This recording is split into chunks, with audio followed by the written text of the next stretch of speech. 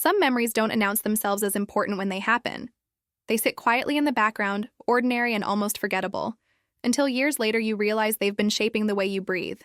For me, one of those memories is the sound of my mother closing a door. Not slamming it, not angrily, just firm enough to say the conversation was over. I must have been 8 or 9. I don't remember what I asked for. I only remember standing in the hallway afterward, staring at the wood grain, learning that questions could be liabilities. Our home was orderly, clean, functional. From the outside, it looked like stability. Inside, it operated on an unspoken hierarchy of value. Some things were worth time, money, attention. Others were not. Feelings fell into the second category. My parents believed in self-sufficiency the way some people believe in religion. It wasn't something you discussed or questioned, it was something you absorbed. Needing help was a flaw. Wanting reassurance was indulgent. Ambition was acceptable only when it aligned neatly with practicality and control. Anything else was treated like a phase, tolerated with thin smiles until it could be quietly dismissed. Affection existed, but it was conditional and often indirect. It showed up as packed lunches, rides to school, reminders to bring a jacket. Rarely as curiosity about my inner world. I learned early that being easy earned approval. Quiet, grateful, undemanding. I became skilled at reading moods, at predicting when to speak and when to disappear. Survival didn't require love, it required accuracy.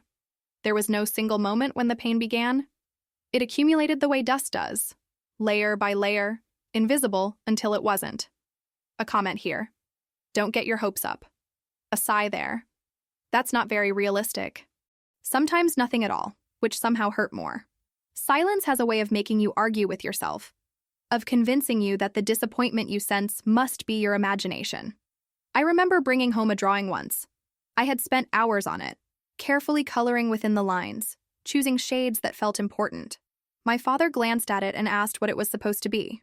When I explained, he nodded and said, "Huh," before returning to his newspaper. That moment taught me something precise and lasting. Effort does not guarantee interest. Vulnerability does not guarantee response. School became my refuge because it offered something my home did not: clear rules. If you did the work, you were rewarded. If you studied, you succeeded. Praise was structured, predictable, measurable. I gravitated toward it not because I loved learning at first, but because it was safe. Teachers told me when I was doing well. Tests didn't change their minds overnight. Success there didn't depend on mood. At home, achievements were acknowledged but never celebrated. My parents treated them as expected outcomes, not milestones. Good grades were met with, of course, as if anything else would have been embarrassing. Awards were framed as temporary, luck-adjacent. There was always a reminder hovering nearby. Don't let this go to your head. Over time, I learned to downplay my own excitement before anyone else could. I learned to present accomplishments neutrally, almost apologetically. Pride, I sensed, was something that could provoke correction. It was safer to stay small. Money, though rarely discussed directly, carried emotional weight in our family. It was a language my parents spoke fluently. Money represented control, foresight, intelligence. It was also how boundaries were enforced. What they funded signaled what they approved of. What they withheld sent an even clearer message. I noticed early on that money flowed easily toward things that reinforced their values. Investments, renovations, memberships, donations that came with recognition. When it came to my interests, classes, programs, opportunities that didn't promise immediate, tangible returns, the conversation shifted. Costs were scrutinized, risks emphasized, support reframed as indulgence. They never said, "You are not worth this." They didn't have to. The pattern said it for them. Emotionally, our family ran on restraint. Conflicts weren't resolved, they dissolved. Uncomfortable topics were avoided until time made them irrelevant or unmentionable. Apologies were rare, not because nothing went wrong, but because acknowledging hurt felt unnecessary to those who didn't feel it. I adapted by becoming observant. I learned to sense disappointment before it was voiced. I learned how to rephrase my desires into something more acceptable, more reasonable. I stopped asking for things I couldn't justify in advance. Eventually, I stopped asking altogether. There's a particular loneliness that comes from being surrounded by people who provide for you materially, but never meet you emotionally. It's confusing because you're taught to be grateful. You question your own reactions. You wonder if you're asking for too much. You tell yourself that love doesn't have to look the way it does in books or movies, that this is just how some families are. Still, something in me kept reaching, quietly, persistently. As I grew older, the gap between who I was becoming and who my parents believed me to be widened. I felt it in the way they spoke about my future, as if it were a narrow corridor rather than an open field. They favored certainty over curiosity, stability over exploration. Their version of success left little room for the parts of me that were still forming. I didn't rebel. I internalized. By the time college entered the conversation, the groundwork had already been laid. I had learned not to expect enthusiasm, not to assume partnership. Independence had been framed as a virtue my entire life, but always on their terms. When it was finally applied to me, it felt less like empowerment and more like abandonment with better branding.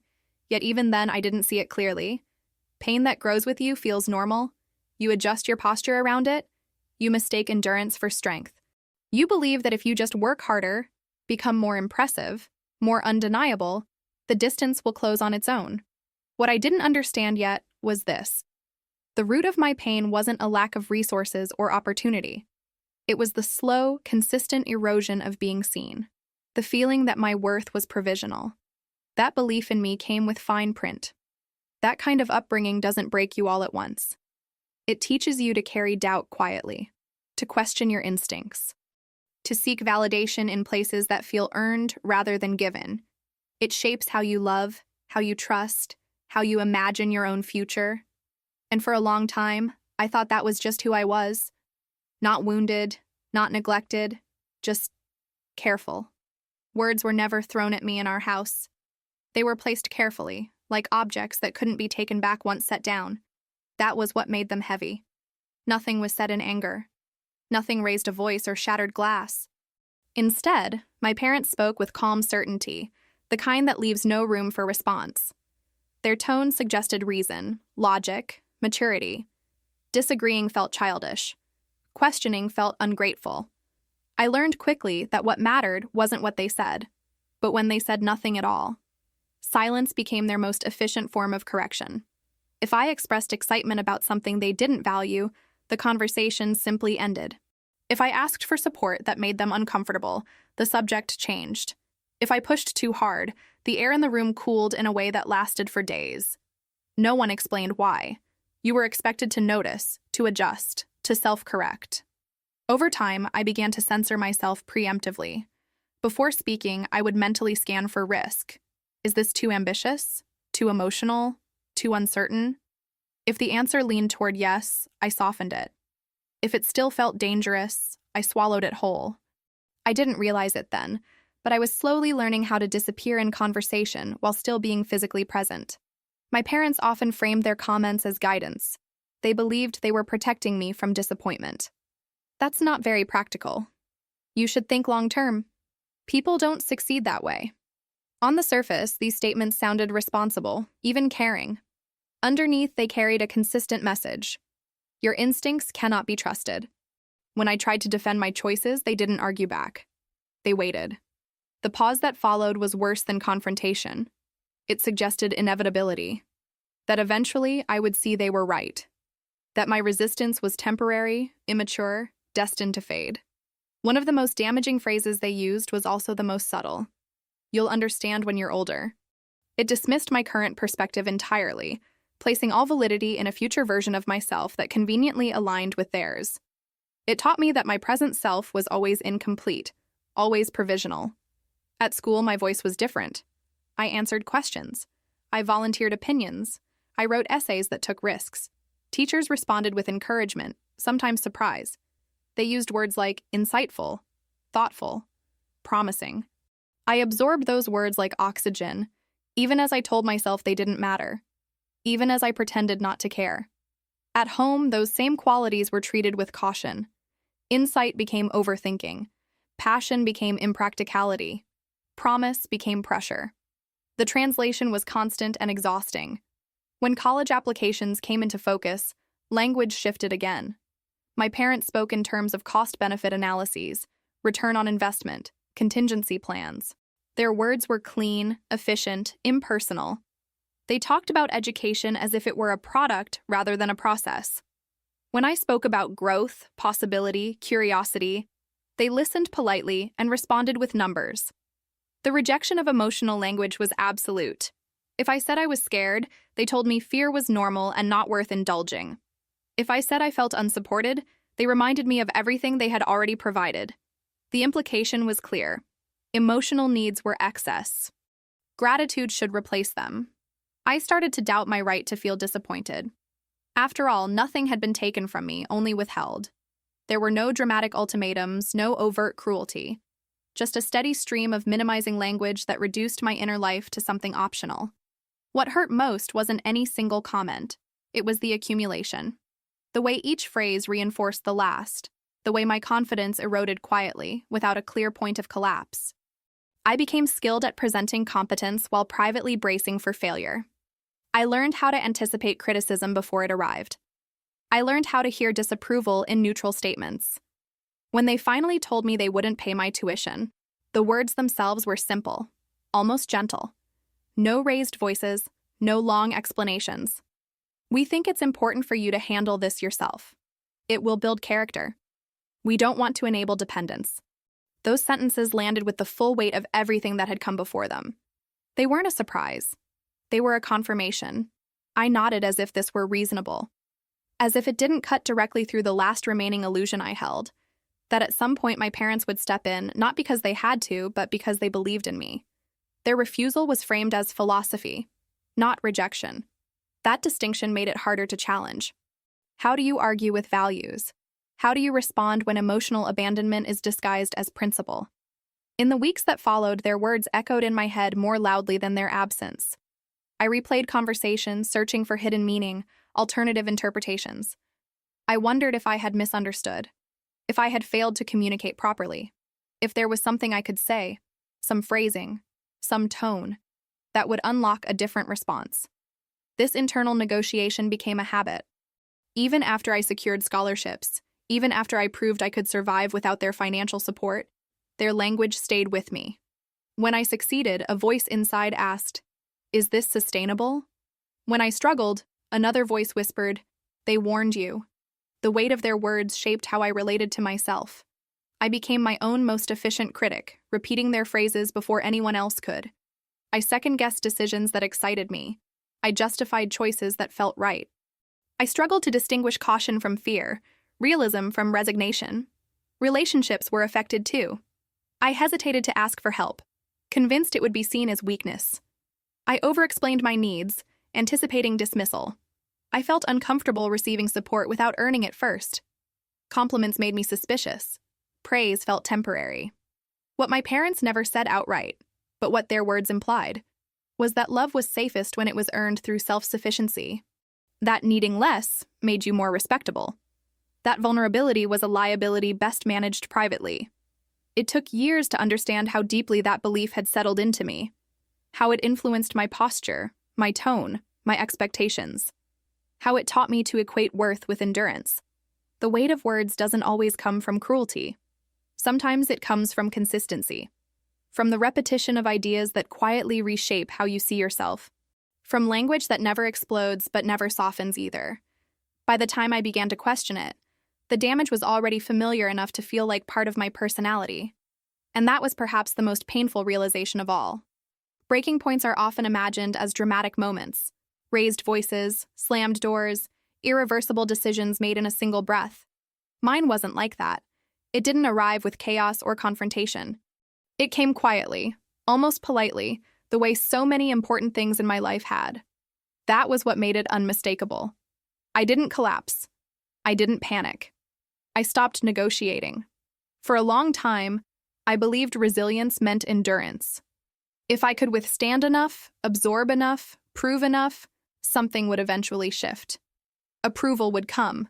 Support would follow. Recognition would appear. Delayed, but intact. I built my life around that assumption, stacking achievements like evidence in a case I was sure would one day be reviewed fairly. The truth is, I was exhausted long before I admitted it. Not physically, emotionally. Tired of translating myself. Tired of justifying my ambitions in language that felt smaller than they were. Tired of carrying an internal committee made up entirely of other people's voices, voting on every decision before I allowed myself to act. Still, I kept going. Because stopping would have required acknowledging how much I had been compensating.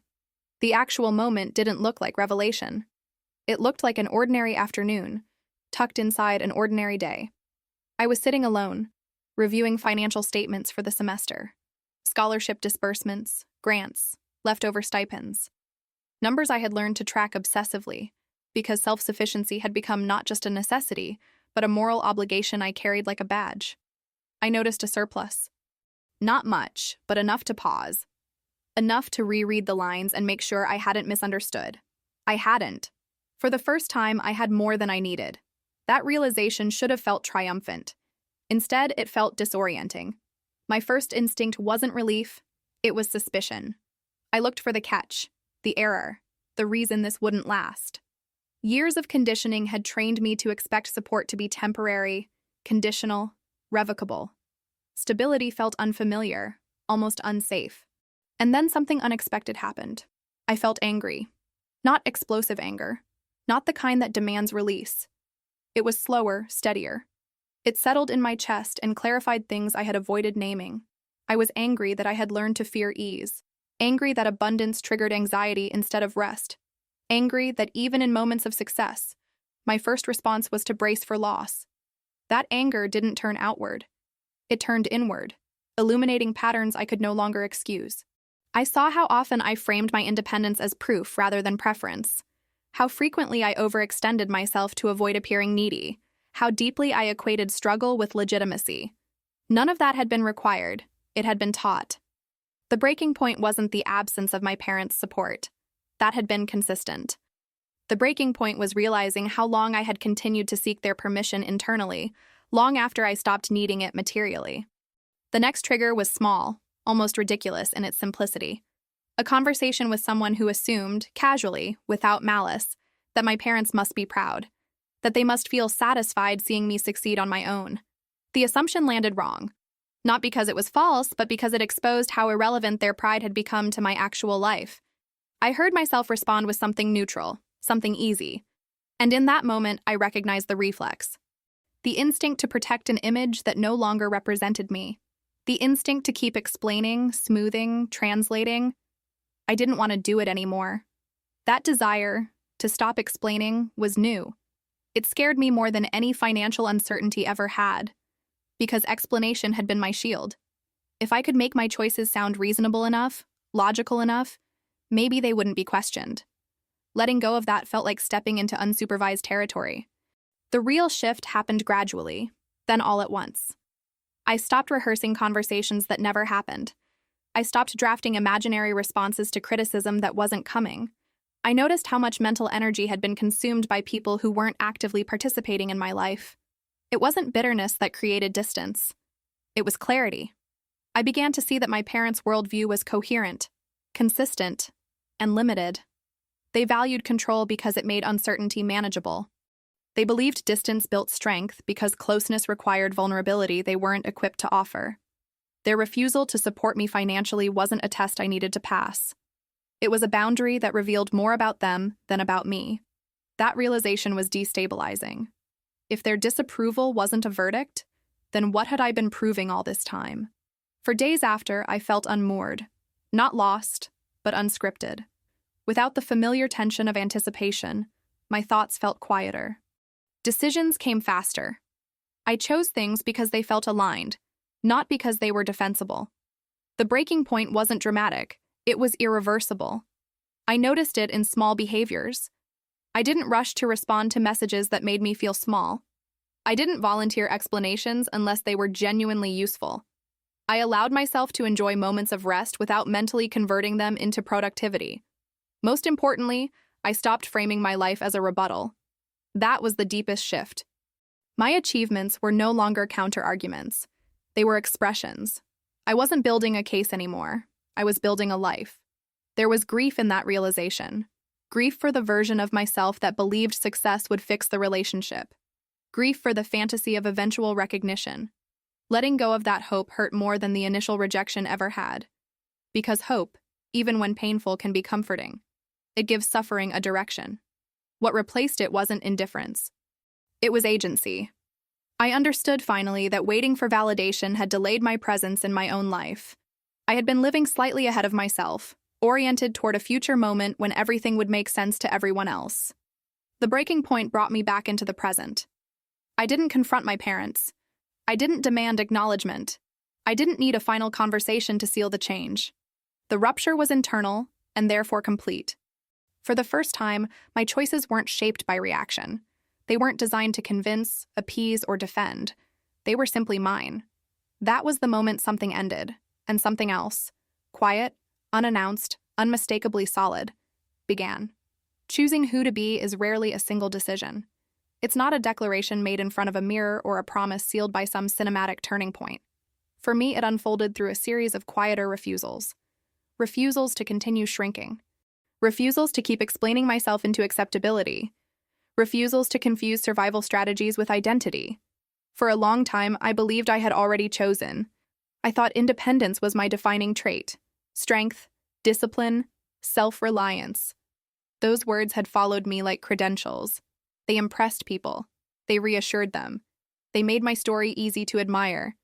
But once I stopped living in reaction to my parents' absence, I realized something uncomfortable. Much of what I called independence was actually adaptation. I hadn't chosen it freely. I had learned it early because there was no alternative. The question then became unavoidable. Who am I without the need to prove I can stand alone? At first, the answer was unsettlingly blank. There was a strange vulnerability in no longer performing resilience.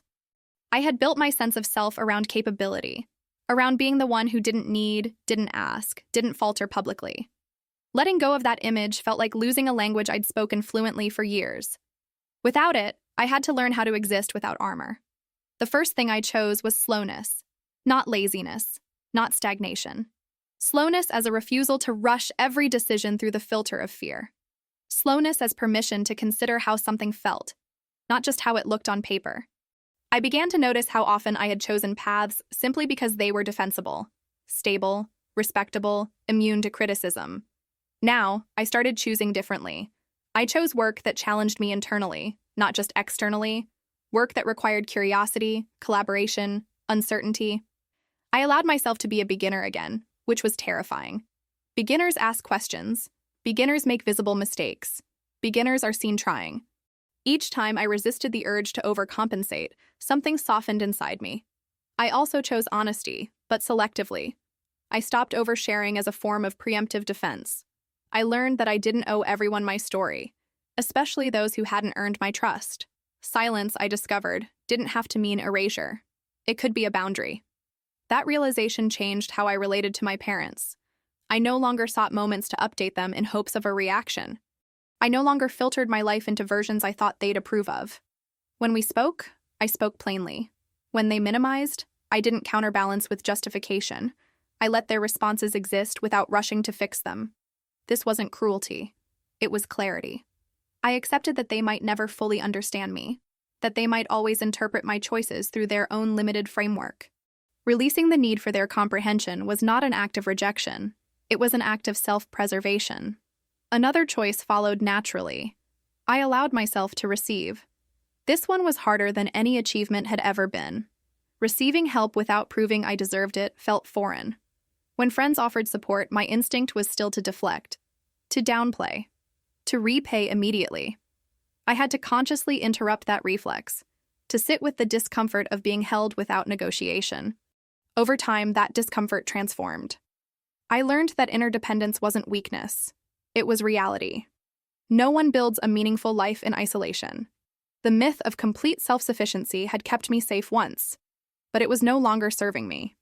I chose relationships where effort was mutual, not transactional, where presence mattered more than performance, where I didn't have to earn space through usefulness. In those spaces, parts of me surfaced that I hadn't known how to express before. Humor without defensiveness, sadness without apology, joy without immediate self-correction. I chose to redefine success. Success stopped being about distance, how far I had traveled from where I came from, how thoroughly I had outgrown the version of myself my parents doubted. It became about alignment. about waking up without the low-grade tension of having to prove something to someone invisible. There were days when old habits resurfaced, moments when I caught myself rehearsing explanations, anticipating judgment, measuring my worth against external reactions. Healing didn't erase those instincts. It gave me the ability to notice them without obeying. I chose patience with myself. Not indulgence. Patience. The kind that understands that unlearning takes longer than learning, especially when the lessons were absorbed young and reinforced often. I stopped treating setbacks as evidence of inadequacy. I stopped narrating my life as a constant climb. There was grief woven into these choices. Grief for the parents I wished I had. Grief for the child who learned too early how to be low maintenance. Grief for the years spent believing that endurance was the highest form of virtue. I didn't rush that grief. I let it exist without turning it into blame. That, too, was a choice. One of the most profound shifts came when I realized I no longer framed my story around them at all. Not as villains. Not as motivators. Not as obstacles. They became context, not centerpiece. My life stopped being a response. I began to imagine a future not defined by escape or compensation, but by presence. A future where my decisions were guided by curiosity rather than caution, where ambition didn't require self-erasure, where rest wasn't something to be earned retroactively. I chose to invest in things without immediate returns: creativity, community, learning for its own sake. These choices would have once triggered internal alarms. Is this practical? Is this justified? Now I let those questions pass without answering them. The most radical choice of all was this. I chose to believe myself, my instincts, my perceptions, my emotional responses. I stopped treating them as obstacles to overcome and started treating them as data, useful, informative, worthy of attention. Believing myself didn't mean assuming I was always right. It meant trusting that my inner experience mattered enough to be considered. That alone changed everything. Hope returned quietly, without spectacle. Not the naive hope of eventual validation, but a grounded hope rooted in self-trust. A hope that didn't depend on outcomes or approval. I didn't become fearless. I became anchored. And perhaps that is the truest measure of who I chose to be. Not someone untouched by the past, but someone no longer directed by it. Someone who carries her history without letting it dictate her future. Someone who understands that worth is not something granted by belief from others, but something sustained through consistent self-recognition. I am still becoming, but now I am doing so on my own terms.